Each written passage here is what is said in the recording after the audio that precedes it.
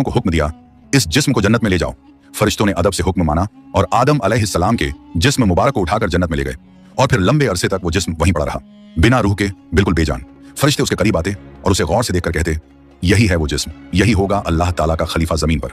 मगर फरिश्तों का सरदार अजाज़ील, जो उस वक्त तक शैतान नहीं बना था, वो हमेशा हंसता, ताने मारता और आदम अलैहिस्सलाम के जिस्म का मजाक उड़ाता। वो सरदार था, इसलिए कोई फरिश्ता उसे कुछ कहने की हिम्मत नहीं करता।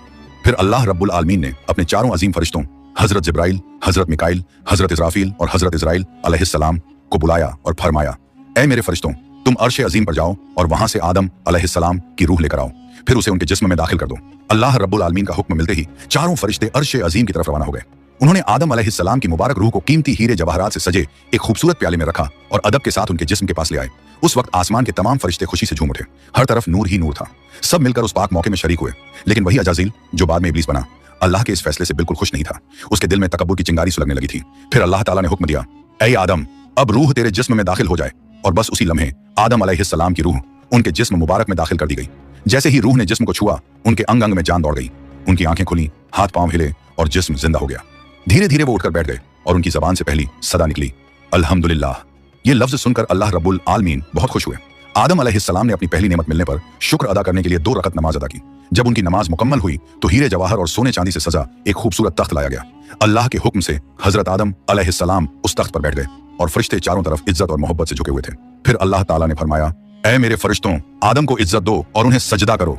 अल्लाह का हुक्म मिलते ही करोड़ों फरिश्ते सजदे में गिर पड़े। हर तरफ नूर का सैलाब फैल गया। जब फरिश्तों ने सजदे से सिर उठाया तो देखा सिर्फ अजाज़ील खड़ा रह गया।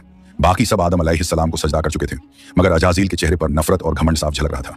तब अल्लाह ताला ने अजाज़ील की तरफ रुक करके फरमाया, ऐ अजाज़ील, तूने मेरा हुक्म क्यों नहीं माना?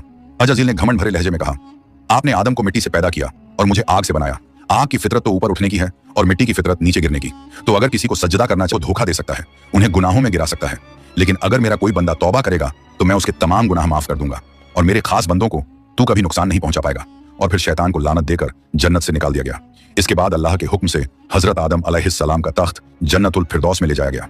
वहां आदम अलैहिस्सलाम को पूरी आजादी दी गई कि वो जन्नत की तमाम नेमतों का लुत्फ उठाएं, घूमें फिरें, खाएं पिएं। मगर आदम अलैहिस्सलाम का दिल किसी चीज की तरफ नहीं झुका। वो तन्हा बैठे इबादत करते रहते। उनके चेहरे पर एक गहरी उदासी थी। अल्लाह ताला को आदम अलैहिस्सलाम की ये हालत मालूम हुई तो उन्होंने हजरत जिब्राइल अलैहिस्सलाम को आदम अलैहिस्सलाम के पास भेजा। जिब्राइल अलैहिस्सलाम उनके पास तशरीफ लाए और मुस्कुराकर बोले, ऐ आदम, जन्नत तुम्हें कैसी लग रही है? इस पर हजरत आदम अलैहिस्सलाम ने जवाब दिया, ऐ जिब्राइल, यहाँ सब कुछ अच्छा है, चारों तरफ सुकून और नेमतें हैं, हर चीज काबिल तारीफ है, लेकिन दिल में एक अजीब सी कमी महसूस होती है जिसे मैं बयान भी नहीं कर पा रहा। जिब्राइल अलैहिस्सलाम मुस्कुराए और बोले, हाँ आदम, मैं जानता हूँ, अल्लाह ने मुझे इसी मकसद से भेजा है। फिक्र मत करो, बहुत जल्द तुम्हारी ये कमी पूरी कर दी जाएगी।